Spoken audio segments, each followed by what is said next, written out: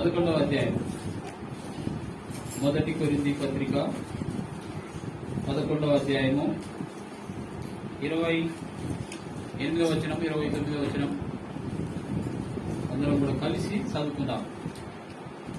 28, 29. కాబట్టి ప్రతి మనుషుడు తనను తాను పరీక్షించుకొనవలెను. ఆహారం చేసి ఆ రొట్టెను తిని ఆ పాత్రలో నీళ్లు త్రాగవలెను. ప్రభువు శరీరమని ఈ త్రాగువాడు తనకు శిక్షావిధి కలుగుటకే ఇవి త్రాగుతున్నాడు. ప్రార్థన చేసుకుందాం. ప్రేమగల మా ప్రియ పరలోకపు తండ్రి, అత్యున్నత సింహాసనంపై ఆశీర్వమైన దేవా, నిన్న నేడు నిరంతరము మారని మార్పు చెందిన దేవా, స్తోత్రాలు వందనాలు కృతజ్ఞతాస్తుతులు చెల్లించుకుంటున్నాను. ప్రభువా, గడిచిన కాలం అంతా నీ రెక్కల సాధన భద్రపరిచి కాశీ కాపాడు. ఈ దినం తండ్రి నీ సన్నిధిలో చేరి నిన్ను ఆరాధించుకుంటాము. ప్రభువా, నీ శరీర రక్తాలలో పాలు పంచుకుంటాము. మమ్మల్ని నడిపించిన విధానాన్ని బట్టి స్తోత్రాలు వందనాలు చెల్లించుకుంటున్నాను. ప్రభువా, మరి ఈ సన్నిధిలో ఏ విధంగా ఆరాధించాలి అన్నది మీరు మాతో బయలుపరుస్తూ వచ్చినారు. యథార్థముగా ఆరాధించాలని ప్రభువా, మరి మా జీవితాలు యథార్థంగా ఉండాలని, మా మనసులు యథార్థంగా ఉండాలని, మేము యథార్థంగా ఉండాలని ప్రభువా, మరి యథార్థత కలిగి ఆరాధించాలని మీరు ఇష్టపడిన దేవుడుగా ముందుకు స్తోత్రం వందనాలు చెల్లించుకుంటున్నాం. అనేక సార్లు ప్రభువా, మీ సన్నిధిలో మేము యథార్థతను కోల్పోయినటువంటి వారంగా ఉంటూ ఆరాధిస్తున్నాం. మేము ప్రభువా, దయతో మమ్మల్ని క్షమించండి. ఈ విధంగా ప్రభువా, మరి ఈ సమయకాలం తండ్రి బలవర్తమానంలోకి వెళ్తుండగా ప్రభువా, మీ ఆత్మ సహాయం దయచేసి నిలబడుతుండగా ప్రభువా, మరి నీ నోటికి నన్ను కూరగా వాడుకున్నట్టు పరలోకము నుండి వినగలిగిన చెవులు, గ్రహించగలిగిన మనస్సు మాకు దయచేయమని ప్రార్థిస్తున్నాను. ప్రభువా, ఈ సన్నిధి భయము వణుకు దయచేయి. క్రమముగా మర్యాదగా మేము జరిపించుటకు సహాయం చేయమని యేసుక్రీస్తు ప్రభు నామమున ప్రార్థిస్తున్నాం తండ్రి. గత వారాలుగా మనము ఒక అంశాన్ని గురించి మాట్లాడుకుంటూ వచ్చాము కదా. ఏమిటి అంశము? బాప్తిస్మం అనగానే ఏమి కదా? ఏమిటి చెప్పండి.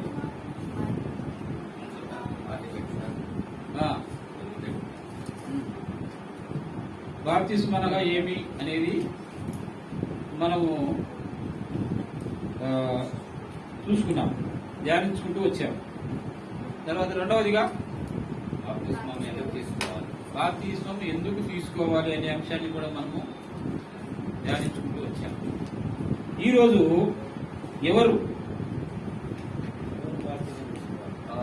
ఎవరు బాప్తిజం తీసుకోవాలి? హూ కెన్ టేక్ బాప్తిజం అన్నటువంటి విషయం దేవుడు నడిపిన కొలది మనము చూసుకుందాం. మార్కు సువార్త 16వ అధ్యాయము 16వ వచనం చూడండి. మార్కు సువార్త 16వ అధ్యాయము 16వ వచనం చూడండి.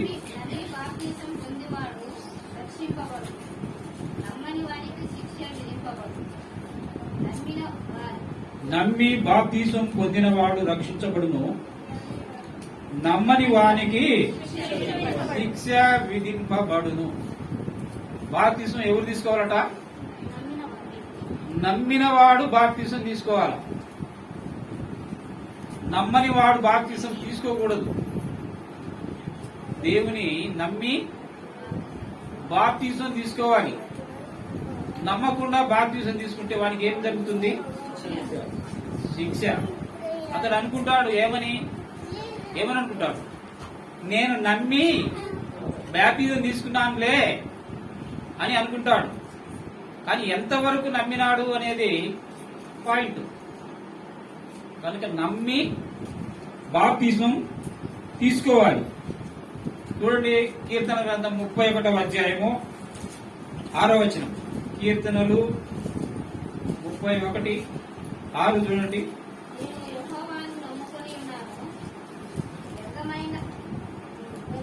దేవతలను అనుసరించువారు కీర్తనలు 31:6. నేను యెహోవాను నమ్ముకొని ఉన్నాను, వ్యర్థమైన దేవతలను అనుసరించు వారు నాకు. కాబట్టి బాప్టిజం తీసుకునే వారు ఏం చేయాలంటే మొట్టమొదటిగా ఏం చేయాలి? నమ్ముకోవాలి. నమ్మి బాప్టిజం తీసుకోవాలి. ఇక్కడ కీర్తనాకారుడు దావీదు తెలియజేస్తున్నాడు. ఏం తెలియజేస్తున్నాడు? నేను యెహోవాను నమ్ముకొని ఉన్నాను. నేను యెహోవాను నమ్ముకొని ఉన్నాను అంటున్నాడు. కాబట్టి దేవుని సన్నిధిలో బాప్టిజం తీసుకునే ముందు నమ్ముకోవాలి. You should believe Jesus Christ before taking baptism. నీవు బాప్టిజం తీసుకునే కన్నా ముందు ఏం చేయాలా? నమ్మాలి. యేసు ప్రభువును నమ్మాలి. అందుకే యేసు ప్రభువు అని నోటితో ఒప్పుకొని హృదయంలో విశ్వసించాలి. యేసు ప్రభువు అని నోటితో ఒప్పుకొని హృదయమందు విశ్వసించాలి. నమ్మాలి. ముందు యేసు ప్రభువు అని నమ్మాలి, తర్వాత విశ్వసించాలి, అప్పుడు తీసుకోవాలి. కాబట్టి మరి దీంట్లో 14 వచనం చూడండి. కీర్తనలు 31. యెహోవా నీయందు నమ్మిక ఉంచి ఉన్నాను, నీవే నా దేవుడవని నేను అనుకొనుచున్నాను. అది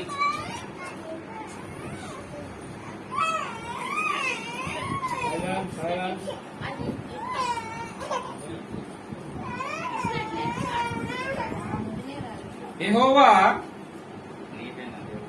నీయందు నమ్మిక ఉంచి ఉన్నాను. ఏమని నమ్మిక ఉంచి ఉన్నాను? నీవే నా దేవుడవని నేను నమ్మిక ఉంచి ఉన్నాను. కాబట్టి దేవుని నమ్మి బాప్తిజం తీసుకోవాలి. మనం దేవుని నమ్మకుండా ఒకవేళ బాప్తిజం తీసుకుంటే అది ఏమవుతుంది? శిక్ష. అది శిక్ష.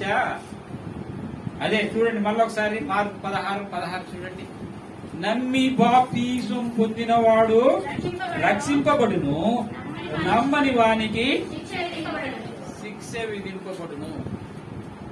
Without believe if you take baptism you will be punished. నమ్మకుండా బాప్టిజం తీసుకున్నట్లయితే మీకు శిక్ష విధించబడుతూ ఉంది. ఒకవేళ ఎవరైనా నమ్మకపోయినా పర్వాలేదు రా, నేను బాప్టిజం ఇస్తాను రా అని అంటే దానికి ఇచ్చిన వ్యక్తి రెస్పాన్సిబుల్, అదే సమయంలో తీసుకున్న వ్యక్తి కూడా రెస్పాన్సిబుల్. తీసుకున్న వానికి ఏం జరుగుతుంది? శిక్ష జరుగుతుంది. అదే విధంగా ఇచ్చిన వానికి కూడా ఏం జరుగుతుంది? శిక్ష జరుగుతుంది. శిక్ష. కాబట్టి దేవుని సన్నిధిలో first of all you should believe God.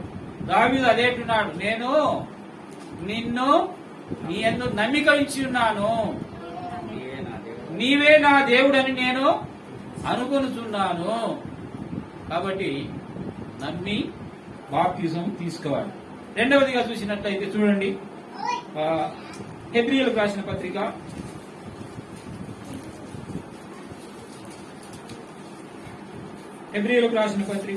6వ అధ్యాయం.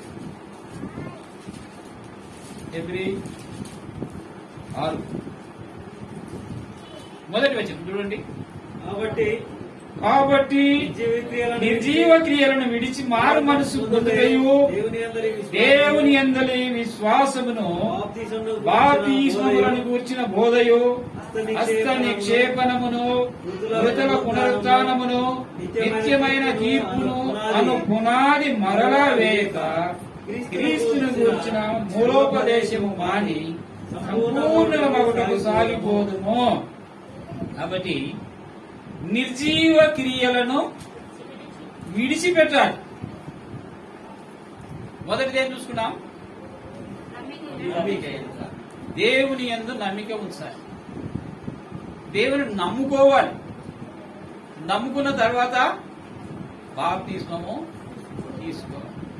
రెండవదిగా నిర్జీవ క్రియలు విడిచిపెట్టాలి. నిర్జీవ క్రియలు అంటే ఏంటి? జీవము లేని క్రియలు.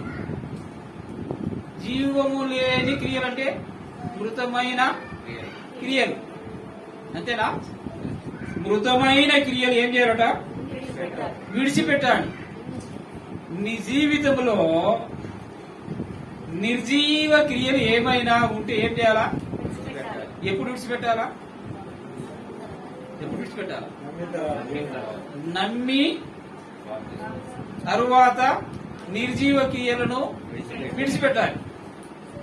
నేను నమ్మకుండా నిర్జీవ క్రియలు విడిచిపెట్టకుండా నేను బాప్తిజం తీసుకుంటాను అంటే అది శిక్షా విధిలోనికి వస్తుంది.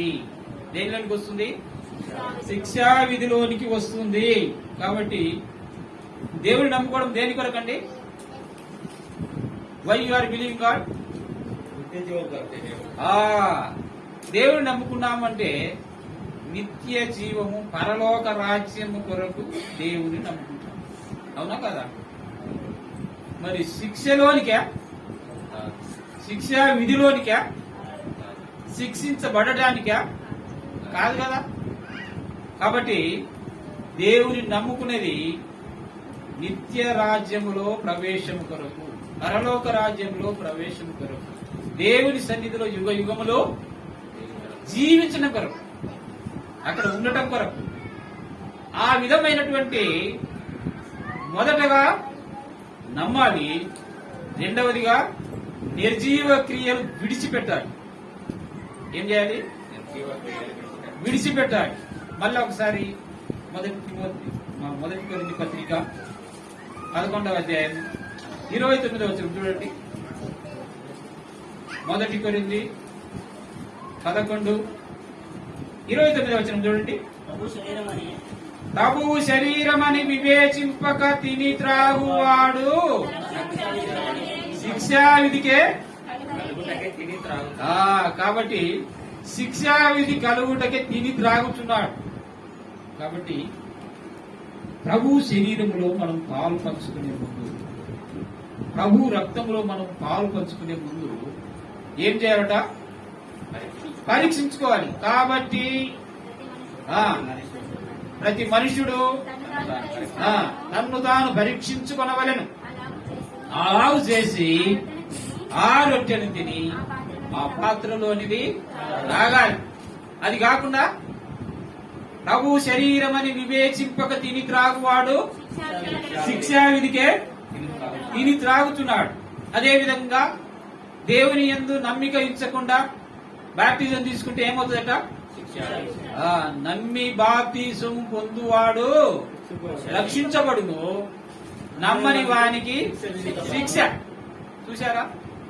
కాబట్టి నువ్వు ప్రభు యొక్క శరీర రక్తాలలో అయోగ్యంగా పాల్గొన్నట్లయితే, అది ఆయన శరీరము అనుకోకుండా, అది ఆయన రక్తము అని అనుకోకుండా తిని త్రాగినట్లయితే దానికి కూడా ఏమొస్తుంది? శిక్ష. కాబట్టి మనం రక్షించబడినది శిక్షించడానికి కాదు కదా. దేవుని మనం నమ్ముకున్నది శిక్షించబడటానికి కాదు కదా. పరలోక రాజ్యం కొరకు కదా, నిత్య జీవం కొరకు కదా. అలాంటప్పుడు ఏ విధంగా మన జీవితం ఉంది అన్నది పరీక్షించుకోవాలి. ప్రతి మనుషుడు ఏం చేయాలట? పరీక్షించుకోవాలి. పరీక్షించుకొని బాప్తిజం తీసుకోవాలి. మనం ఆయన నమ్ముకున్నాము, తర్వాత ఆయన మన జీవితంలో ఉన్నటువంటి ఏంటి? నిర్జీవ క్రియలను విడిచిపెట్టాలి. ఏం క్రియలు? నిర్జీవ క్రియలను విడిచి మారు మనస్సు పొందుటయు.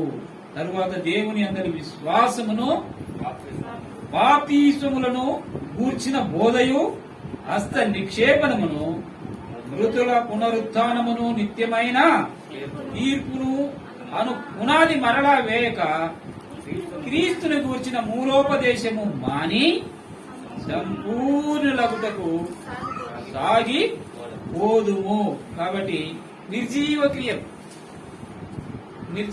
అంటే మృతమైన క్రియలు నీలో ఉన్నట్లయితే ఏం చేయాలా? విడిచిపెట్టాలి. నిర్జీవ క్రియలను విడిచిపెట్టాలి. ఎలా ఉంటాయి అవి? నిర్జీవ క్రియలు అంటే ఎలా ఉంటాయి? నిర్జీవ క్రియలు మన జీవితంలో ఉంటాయి. మన మాటలో నిర్జీవ క్రియలున్నాయి, మన చూపులో నిర్జీవ క్రియలున్నాయి, మన ఊహలో నిర్జీవ క్రియలున్నాయి, మన తలంపులో నిర్జీవ క్రియలున్నాయి. ముఖ్యంగా మన ప్రవర్తనలో నిర్జీవ క్రియలు ఉంటున్నాయి. వాటిని ఏం చేయాలా? విడిచిపెట్టాలి. ఆ నిర్జీవ క్రియలను విడిచిపెట్టి ఏం చేయాలట? బాప్తిజం తీసుకోవాలి. ఆ నిర్జీవ క్రియలన్నీ కలిగి నువ్వు బాప్తిజం తీసుకున్న ప్రయోజనం ఉంది? ఏమీ ప్రయోజనము ఉండదు. ఇంకా పైగా ఏమవుతుంది? శిక్ష విధింపబడుతుంది. కనుక ఏ విధంగా మన జీవితం ఉన్నది అనేది చూసుకోవాలి. చూడండి, కీర్తన 32:5 చూడండి. కీర్తనలు 32. నా దోషము కప్పుకొనక 32:5 చదవండి. నా దోషము కప్పుకొనక నా దోషమును కప్పుకొనక నీ ఎదుట నా పాపమును ఒప్పుకొంటిని. యెహోవా సన్నిధిని నా అతిక్రమములను ఒప్పుకొందుననుకొంటిని. నీవు నా పాప దోషమును పరిహరించి ఉన్నావు. ఏం చేయాలట? దావీదు మరి దేవుని సన్నిధిలో ఏమంటున్నాడు? నా దోషము కప్పుకొనక నీ ఎదుట నేను పాపము ఒప్పుకొంటిని. కాబట్టి ప్రియులారా, మన పాపాలన్నీ కూడా దేవుని సన్నిధిలో ఏం చేయాలి? ఒప్పుకోవాలి. దావీదు అదే అంటున్నాడు, దేవా నా దోషం నేను కప్పుకొనక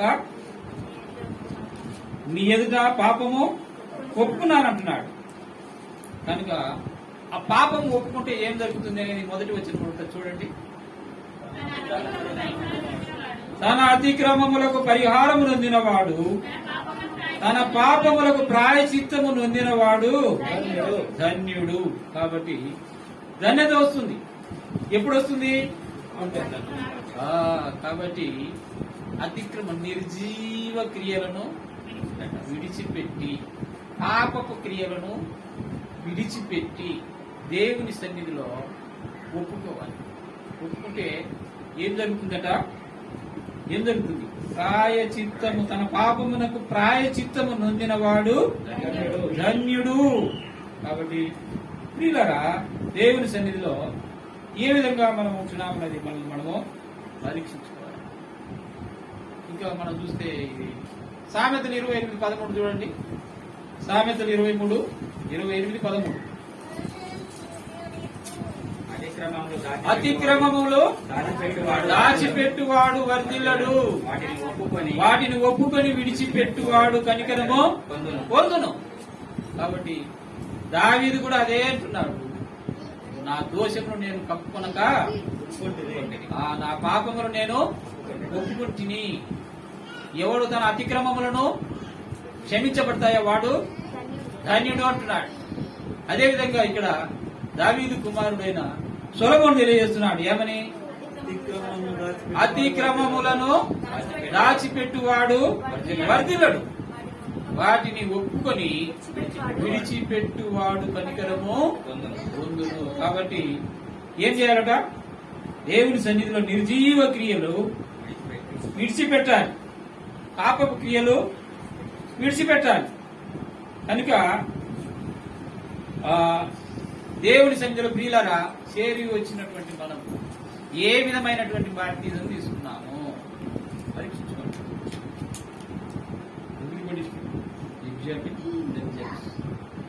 ఏ విధమైనటువంటి బాప్తిజం తీసుకున్నాము అని ఇంత తీవ్రంగా ఇది ఎందుకు చెప్తున్నానంటే ఇది చాలా ప్రాముఖ్యమైన అంశం. ఇది విశ్వాసి జీవితానికి బాప్తిజం అనేది ఏంటి? తొలిమెట్టు. ఇది తొలిమెట్టు. ఈ బాప్తిజం తీసుకుంటేనే కదా బాప్తిజం తీసుకుంటేనే, తీసుకోకపోతే లేదు. కాబట్టి ఇది ఎలా తీసుకోవాలనేది కరెక్ట్ గా తీసుకుంటున్నామా లేదా అనేది మీకు అర్థమైతే పోయిపోద్ది. ఇప్పటికే కొంతన్నా అర్థమైందా? ఏమో నువ్వు చెప్తున్నావులే, మేము ఈ చెవును విని ఆ చెవును వదిలిపెట్టేస్తున్నాం అంటున్నాము. ఏమ్మా చెప్పండి. కాబట్టి రక్షణ తర్వాత పాప విమోచన ఇవన్నీ కూడా ఉండకుండా మనం బాప్తిజం తీసుకున్నట్లయితే అది శిక్ష అవుతుంది. మూడవదిగా మనం చూసినట్లయితే చూడండి, ఆదికాండం 49 చూడండి. ఆదికాండం 49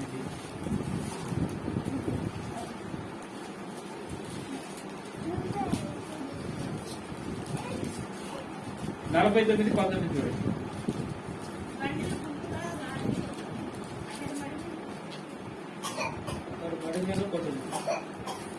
అంతలో గుంపు గాదులు కొట్టును, అతడు మడి మీద కొట్టును.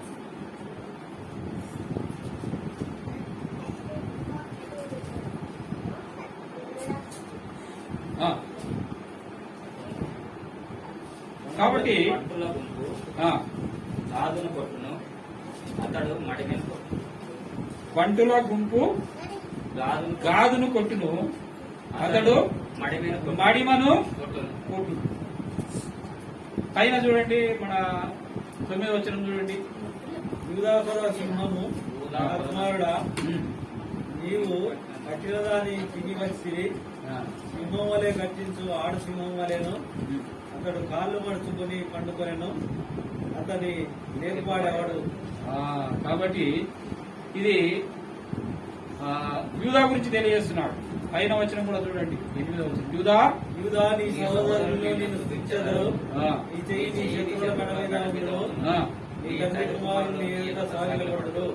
కాబట్టి యూదా ఇక్కడ మరి యాకోబు తన కుమారులను పిలిపించి వారితో అందరినీ ఆశీర్వాదిస్తూ వచ్చినాడు.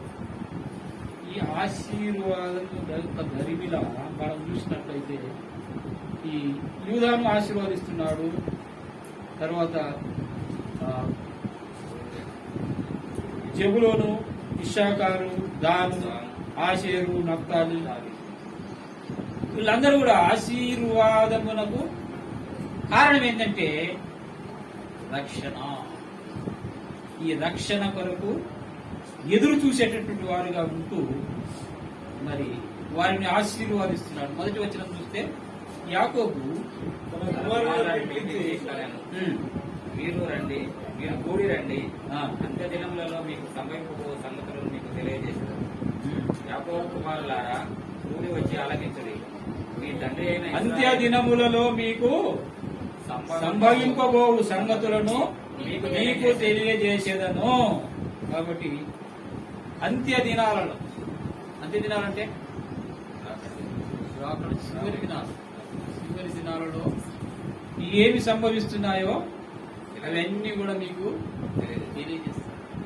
కాబట్టి రక్షణ అనేది అవసరం కనుక అంత్య దినాల గురించి యాకోబు తన కుమారులకు తెలియజేస్తున్నటువంటి విధానం. ఇప్పుడు ఏం జరుగుతున్నాయి ఈ అంత్య దినాలలో?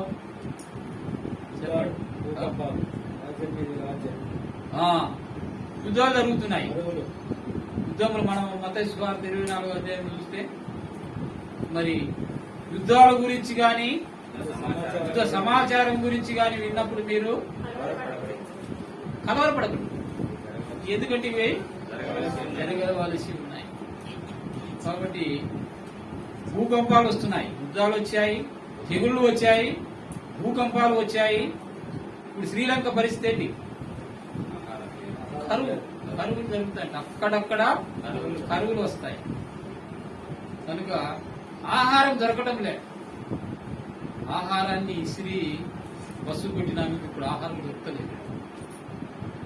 అన్నము బస్సు కొట్టింది ఆమె, ఇది నాకు వద్దని. ఇప్పుడు అన్నం దొరకలేదు. డబ్బులు నాకు వద్దని ఇసిరి కొట్టిన వాళ్ళకి డబ్బులు దొరుకుతాయి. కాబట్టి నేను ఎన్నోసార్లు చెప్తూ వచ్చాను, భక్సింగ్ గారి దగ్గరికి ఒక ఐఏఎస్ ఆఫీసర్ వచ్చాడట. నేను మీతో పాటు కలిసి నేను పరిచయం చేస్తా, సేవ చేస్తా అన్నాడట. అంటే ఆయన ఏమన్నాడంటే, ఒక చీపురు ఒక బకెట్ ఇచ్చి you go to wash bathrooms అన్నాడట. నువ్వు వెళ్ళి బాత్రూములు శుభ్రం చేయమన్నాడట. ఎవరికి ఇచ్చాడు? ఐఏఎస్ ఆఫీసర్కి ఇస్తే ఆయన ఏమన్నారు చెప్పండి. మీరు ఐఏఎస్ అనుకోండి, మీరేమంటారు? ఏం చేస్తానా ఇది, నేనేదో కలిసి సేవ చేద్దామని నేను వస్తే ఈ చీపురు ఈ బకెట్ నాకు ఇస్తావా అని పడేసి వెళ్ళిపోతాను. ఆయన ఏం చేశాడు తెలుసా? ఆయన చెప్పినట్టుగానే వెళ్ళి బాత్రూమ్లు అన్నీ కూడా క్లీన్ చేశాడు. ఒకసారి కర్నూలులో కాన్వకేషన్స్ జరుగుతున్నాయి. కాన్వకేషన్స్ లో భోజనాలు ఏర్పాటు చేశారు. భోజనాలు ఏర్పాటు చేస్తే మరి ఈయన వడ్డిస్తున్నాడు. ఐఏఎస్ ఆఫీసర్ ఏం చేస్తున్నాడు?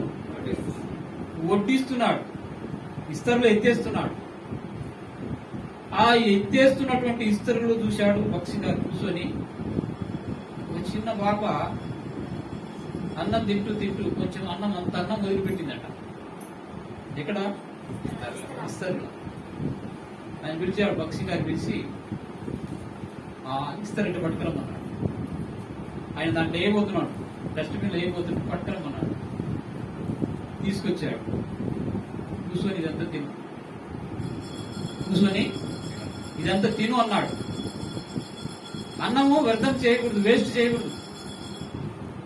కాబట్టి మా ఇంట్లో అయితే చెప్పను అలివి కాదనుకోండి, ఇక చెప్పను అలివి కాదు. ఒక రోజు రాబోతుంది, అన్నం దొరకదు. అప్పుడు ఏం చేస్తాం? అప్పుడు నేను అన్నం అంతా పారేస్తూ వచ్చానే అంటే అప్పుడు నీకు వస్తుందా? పారేసిన అన్నం తిరిగి వస్తుందా? రాదు కదా. గుర్తుకొస్తుంది. అదే గుర్తు తప్పిపోయిన కుమారునికి వచ్చింది తెలుసా? ఎప్పుడు వచ్చింది? పందులు తినే పొట్టు తినవలసిన పరిస్థితి వచ్చినప్పుడు అతడు అనుకున్నాడు ఏమని? నా తండ్రి దగ్గర పనివారు ఎంతో మంది పనివారు ఉన్నారు, ఆహారము సమృద్ధిగా ఉన్నది, నేను ఇక్కడ ఆకలితో చచ్చిపోతున్నానన్నాడు. నేను లేచి నా తండ్రి యొద్దకు వెళ్తాను. వెళ్ళి ఏం చేస్తాను? క్షమాపణ, పశ్చాత్తాపడ్డాడు. నేను వెళ్ళి తండ్రి, నేను నీకు విరోధముగా, పరలోకమునకు విరోధముగా పాపం చేసినానని ఒప్పుకుంటానని పోయినాడు. కనుక ఆ విధమైనటువంటి రిపెంటెన్స్, మారు మనసు అనేది రావాలి, పశ్చాత్తాపం అనేది రావాలి. ఆ పశ్చాత్తాపము దేని విషయంలో రావాలి? పాపం విషయంలో పశ్చాత్తాపం రావాలి. బాప్తిస్మం తీసుకునే కన్నా ముందు ఏం రావాలి? ముందు ఏం రావాలి? తర్వాత జీవక్రియలు, నిర్జీవ క్రియలు విడిచిపెట్టాలి. తర్వాత పశ్చాత్తాప, పాపముల విషయమై పశ్చాత్తాప పడవాలి. కనుక ఏ విధంగా మనం దేవుని సన్నిధిలో పశ్చాత్తాపడుతున్నాం అన్నది మనం చూసుకోవాలి. నాలుగవదిగా మనం చూసినట్లయితే మత్తయి సువార్త 3:2 చూడండి. మత్తయి 3:2.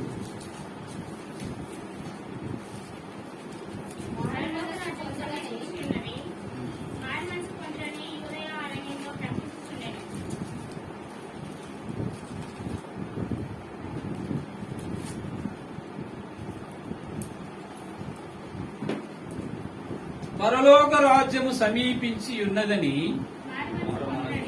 మారు మనసు పొందుడని యూదయ అరణ్యములో ప్రకటించుచుండెను. ఇదేంటిది? ఏంటిది? సువార్త. బాప్తిజం తీసుకునే ముందు ఏం చేయాలట? సువార్తను నమ్మాలి. ఇక్కడ ఏమంటున్నాడు? పరలోక రాజ్యము సమీపించి ఉన్నది, మారు మనసు పొందుడని ప్రకటింపబడుతున్నది. ఏం ప్రకటించబడుతున్నది? దేవుని వాక్యం ప్రకటించబడుతున్నది, సువార్త ప్రకటించబడుతున్నది. సువార్త విని మార్పు చెందాలి. దేవుని యొక్క సువార్త విని ఏం చేయాలా? మార్పు చెందాలి, మారు మనసు పొందాలి. ఆ విధంగా మారు మనసు పొంది రక్షణ పొందాలి. ఇదే 4:17 చూడండి. మత్తయి 4.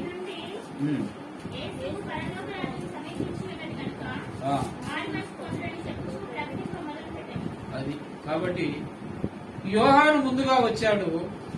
దేవుడి రాజ్యము సమీపించి ఉన్నది, మారు మనసు పొందుమని చెప్తూ వచ్చాడు. ఆ తర్వాత యేసు ప్రభు వచ్చాడు. ఆయన కూడా ఏమన్నాడు? చదువు. పరలోక రాజ్యము సమీపించినది కనుక మారు మనసు పొందుడని చెప్పుతూ ప్రకటింప మొదలు పెట్టారు.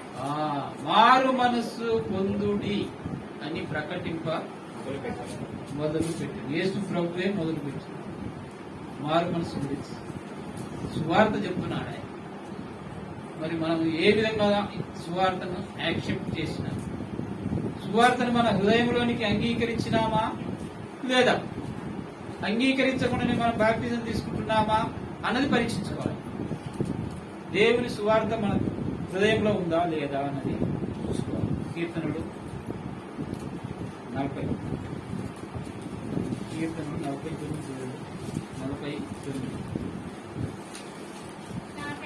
నా పెదవులు మూసుకొనక మహాసమాజములో నీతి సువార్తను నేను ప్రకటించి ఉన్నానని నేనంటిని.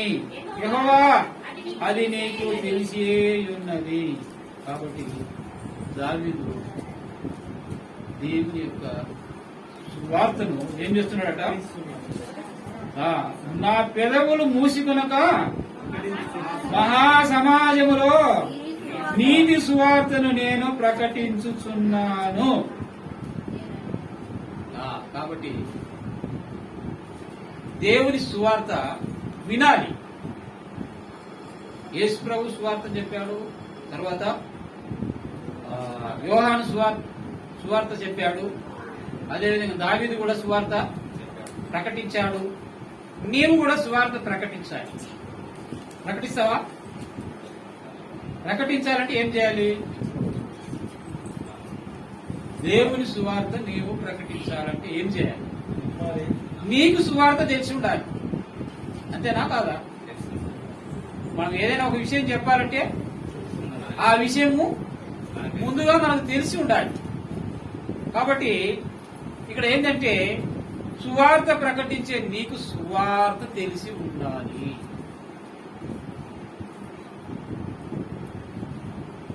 Without knowing gospel, how can you preach gospel to others? నీకు సువార్త తెలియకుండా నువ్వు ఇతరులకు ఏ విధంగా సువార్తను ప్రకటిస్తావు? ప్రకటించగలుగుతావా? ప్రకటించలేదు. కనుక first of all you should listen gospel of God. దేవుని యొక్క సువార్తను వినాలి. విన్న తర్వాత అది నీ హృదయంలో కార్యం జరిగిస్తుంది. నీ హృదయంలో కార్యము జరిగిస్తుంది. ఆ తరువాత నీవు ఇతరులకు ప్రకటించడానికి నీకు జ్ఞానం వస్తుంది. దేవుని సువార్తను విన్నట్లయితే, విని బాప్తిజం తీసుకున్నట్లయితే నీకు ఇంట్రెస్ట్ ఉంటుంది. నీ హృదయంలో కార్యం జరుగుతుంది. నేను కూడా దేవుని సువార్తను ప్రకటించాలి అని. ఈ అనుభవం లేకుండా నువ్వు బాప్టిజం తీసుకున్నావంటే అందరూ తీసుకుంటున్నారు కాబట్టి నేను తీసుకున్నా అన్న ఫీలింగ్ ఉంటుంది. ఆ ఫీలింగ్ తో నువ్వేం చేయలేవు. You cannot be preach the gospel of God. నీవు దేవుని సువార్తను ప్రకటించలేవు. కారణం ఏంటంటే నీవు విని ఆ విధముగా నువ్వు బాప్టిజం తీసుకున్నట్లయితే నీ హృదయంలో కార్యం జరుగుతుంది, నీకు ఇంట్రెస్ట్ పెరుగుతుంది, నీకు జ్ఞానం వస్తుంది. ఆ జ్ఞానం ద్వారా నీవు ఇతరులకు దేవుని సువార్తను ప్రకటించేవాడుగా ఉంటాడు. కనుక ఎన్నేనే చెప్పండి. మొదటిది నమ్మాలి. మొదటిది నమ్మిన వాడు బాప్తిసం తీసుకోవాలి. రెండవది నిర్జీవ క్రియలను విడిచిన వాడు బాప్తిసం తీసుకోవాలి. మూడవది ఒప్పుకునేవాడు ప్రాయచిత్తము, పాప క్షమాపణ, విమోచించబడటము. అతిక్రమములను దాచిపెట్టువాడు వదిలడు. తర్వాత నాలుగవది సువార్తను నమ్మి మారుమనసు పొంది దేవుని సువార్తను ప్రకటించే వారిగా ఉంటారు. తర్వాత ఐదవది చూద్దాం. చూడండి, కొలస్సీయులకు రాసిన పత్రిక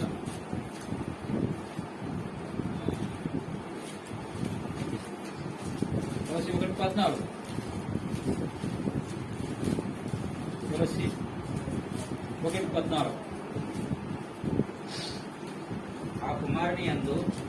ఆ కుమారుని యందు మనకు విమోచనము అనగా పాప క్షమాపణ మనకు కలుగుతున్నది.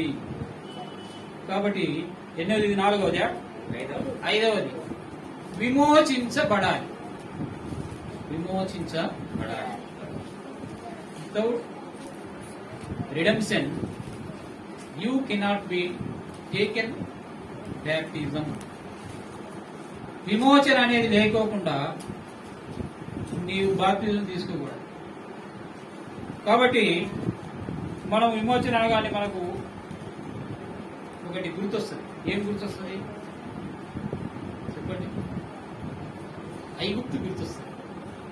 ఐగుప్తులో ఇశ్రాయేలు ప్రజలు 450 సంవత్సరాలు ఏం చేసినారు? బానిసలుగా ఉన్నారు. బానిసత్వం జీవితం అనుసరిస్తూ ఉన్నారు. ఫరో యొక్క బానిసత్వం కింద ఉంటూ ఉన్నారు. అలా ఉన్నటువంటి ప్రజలకు విమోచన అవసరమై ఏ విధంగా విమోచించబడ్డారు వాళ్ళు? దేవుడు మోషేను ఎంచుకున్నాడు. మోషేను పిలిచి ఐగుప్తుకు పంపి ఐగుప్తులో ఉన్నటువంటి ఆ యొక్క ఇశ్రాయేలు ప్రజలను బయటికి తీసుకొచ్చాడు. అక్కడ కొన్ని అద్భుతాలు చేశాడు. అక్కడ కొన్ని సూచక క్రియలు చేశాడు.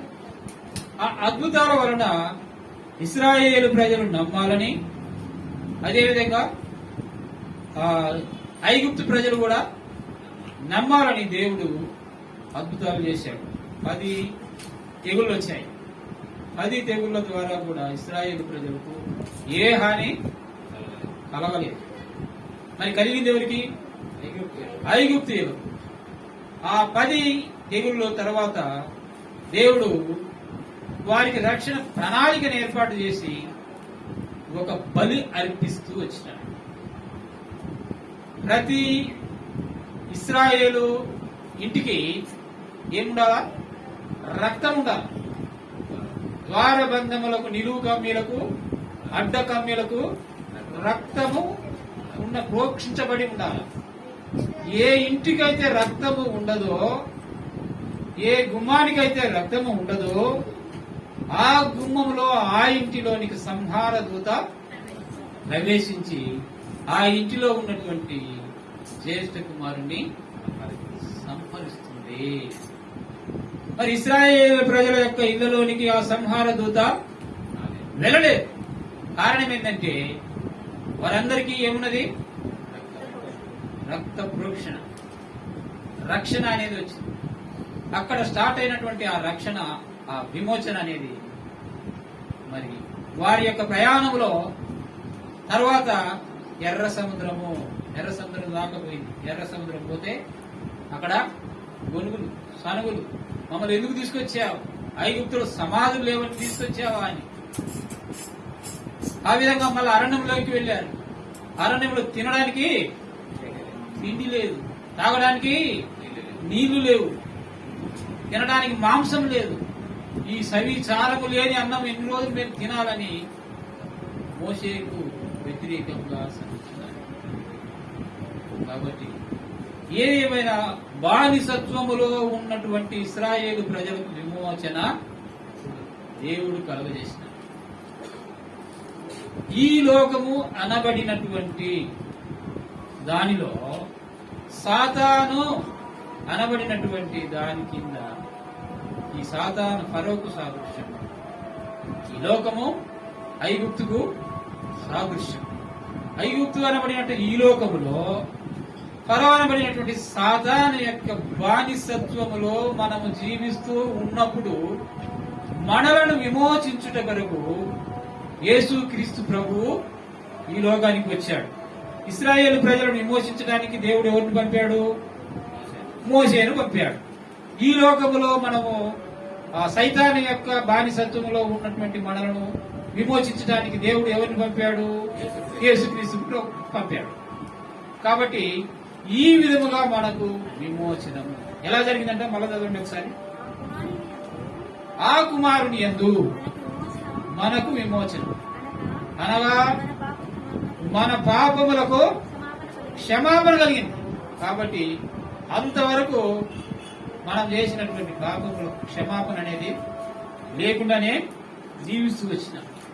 ఎప్పుడు మనకు క్షమాపణ వచ్చిందంటే యేసుక్రీస్తు ప్రభు యొక్క రక్తము ద్వారానే మనకు విమోచనం. ఈ అనుభవంలోనికి రావాలి. యేసు ప్రభు రక్తము ద్వారా నాకు విమోచన కలిగింది కాబట్టి నేను బాప్తిజము తీసుకోవాలి. ఆ అనుభవంలోనికి మన జీవితం వచ్చినప్పుడు మనం యోగ్యమైన విధానంలో బాప్తిజము తీసుకున్నటువంటి వారం అవుతాము. లేకపోతే అయోగ్యమైనటువంటి విధంగా తీసుకున్న వాళ్ళమైనా. తర్వాత చివరిగా మనం చూసినట్లయితే చూడండి, ఈ 32వ కీర్తన మొదటి వచనం చూడండి. కీర్తన 32. తన అతిక్రమములను పరిహారం పొందినవాడు, తన పాపములకు ప్రాయశ్చిత్తం పొందినవాడు ధన్యుడు. పాపాలు క్షమించబడాలి. తన అతిక్రమములకు పరిహారం పొందినవాడు, ప్రాయశ్చిత్తం అంటే క్షమాపణము పొందినవాడు ధన్యుడు. కాబట్టి ప్రియులారా, మన యొక్క ఆత్మీయ విశ్వాస జీవితంలో ఏ విధంగా ఉన్నామనేది మనం పరిశీలించాలి. బాప్తిసం తీసుకోవాల్సినటువంటి వారు ఎలా ఉండాలట? ఎవరు బాప్తిసం తీసుకోవాలి అన్నటువంటి దాని కింద మనం ఉన్నాం కదా. ఇప్పుడు మొదటిగా ఎవరు? నమ్మిన వారు బాప్తిసం తీసుకోవాలి. ఎవరిని నమ్మిన వాళ్ళు? యేసు ప్రభువును నమ్మిన వారు. ఎలాగా? యేసు ప్రభు అని తన నోటితో ఒప్పుకొని తన హృదయంలో విశ్వసించిన వాడు బాప్తిసం తీసుకోవాలి. రెండవది, నిర్జీవ క్రియలను విడిచిపెట్టిన వాడు తీసుకోవాలి. నిర్జీవ క్రియలు మీ జీవితంలో ఉన్నట్లయితే వాటిని విడిచిపెట్టిన వాడు బాప్తిజం తీసుకోవాలి. తర్వాత ఆ పాపములను ఒప్పుకొని వాటిని విడిచిపెట్టాలి. వాటిని విడిచిపెట్టిన వాడు తీసుకోవాలి. తర్వాత సువార్తను నమ్మిన వాడు తీసుకోవాలి. తర్వాత విమోచించబడినటువంటి వాడు తీసుకోవాలి. చివరిగా పాపములకు ప్రాయశ్చిత్తం పొందినవాడు తీసుకోవాలి. ఈ విధంగా ఈ 6 విషయాలు మనం కలిగి బాప్తిజం తీసుకుంటే అది సరి అయినటువంటి బాప్తిజం. ఎవరు బాప్తిజం తీసుకోవాలి అనే దానికి ఈ 6 మన జీవితాలలో ఆయా దేవాలయం పరీక్షించాలి. తీసుకున్న వారి సంగతి ఏమిటి అనుకోవచ్చు కదా, చెప్పాను కదా. తీసుకున్నవారు పరిస్థితి ఏమిటి? ఓకే, శిక్ష. నమ్మని వానికి శిక్ష. కాబట్టి ఆ శిక్ష విధిలోనికి మనం రాకుండా ఉండాలంటే సరి అయిన విధంగా తీసుకోవాలి. ప్రార్థన చేసుకుందాం. అందరూ కూడా మోకరించండి.